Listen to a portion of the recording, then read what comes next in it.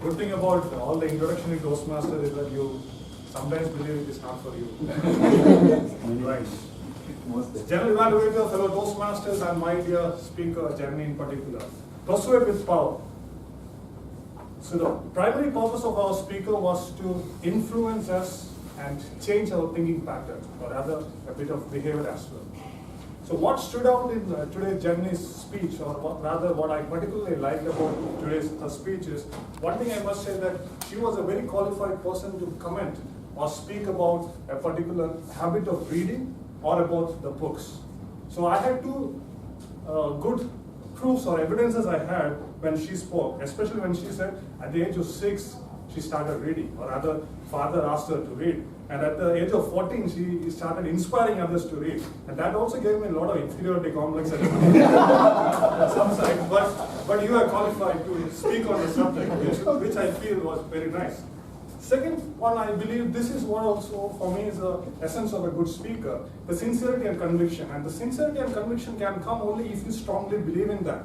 And here the physiology is changed of the person because she truly believed in what she was speaking. So I think that's a great asset of who you are, and you should continue. And the last part was that I've been listening or seeing Jenny's speech for almost 9 speeches at least.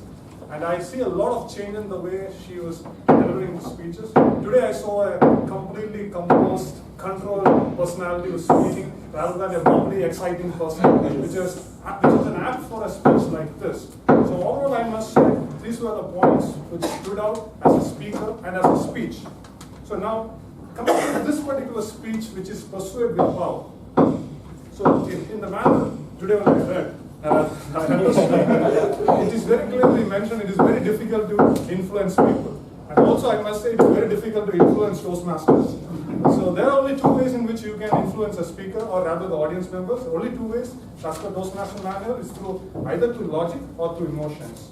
So I felt there was ample scope in which you could have used a little bit of emotion and a lot of logic, because it's all about reading. For example, if you had posed a question to the audience and saying, 30% of world champions read 2 books every month.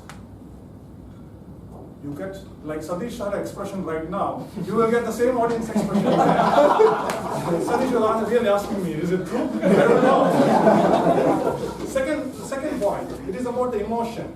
Do you want to feel embarrassed when you don't have sufficient data substance when you speak? Do read books. Do read books.